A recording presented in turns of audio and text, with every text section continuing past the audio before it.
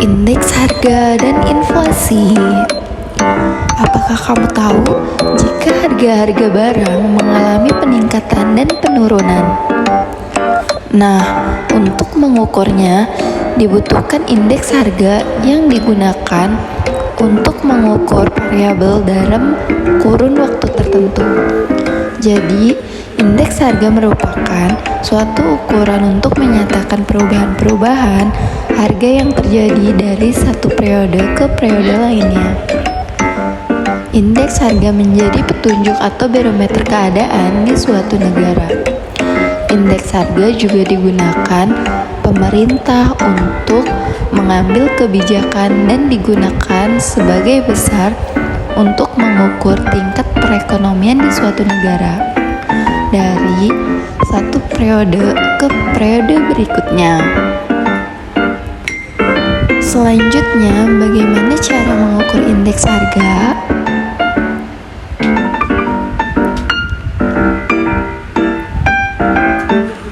Yang pertama, menggunakan metode agregatif tidak tertimbang. Indeks harga dihitung dengan sigma PN dibagi sigma PO dikali 100%. Yang kedua, menggunakan metode agregatif tertimbang, yaitu faktor W sebagai faktor penimbang. Yang ketiga, menggunakan metode Lafferis-Fase, di mana Lafferis berpedoman pada tahun dasar dan fase adalah tahun yang dihitung. Harga barang-barang yang selalu mengalami perubahan terkadang mengalami kenaikan. Lalu, apa hubungannya dengan inflasi? Pada bulan Januari, Bu Santi belanja kebutuhan pokok dengan total belanja Rp50.000. Pada bulan berikutnya, Bu Santi belanja kebutuhan pokok dengan jumlah barang belanjaan yang sama dengan harga yang naik 2 kali lipat. Kenaikan harga-harga yang umumnya naik secara terus-menerus disebut inflasi. Inflasi disebabkan oleh kelebihan permintaan atas barang-barang sehingga produsen akan menaikkan harga barang-barang tersebut. Inflasi juga disebabkan oleh kenaikan biaya produksi dan bahan baku sehingga biaya produksi akan naik.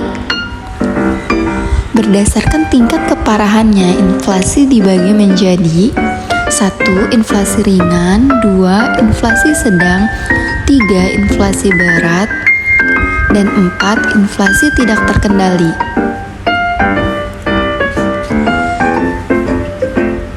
Inflasi dihitung dengan IHK periode tertentu dikurangi IHK periode sebelumnya per IHK pada periode sebelumnya dikali 100%.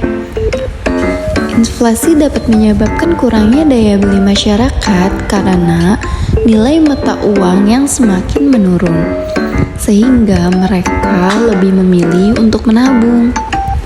Untuk mengendalikan inflasi, pemerintah sebagai pemegang kebijakan moneter dan kebijakan fiskal bertugas menyeimbangkan jumlah uang yang beredar dengan kenaikan pajak dan mengatur pengeluaran pemerintah.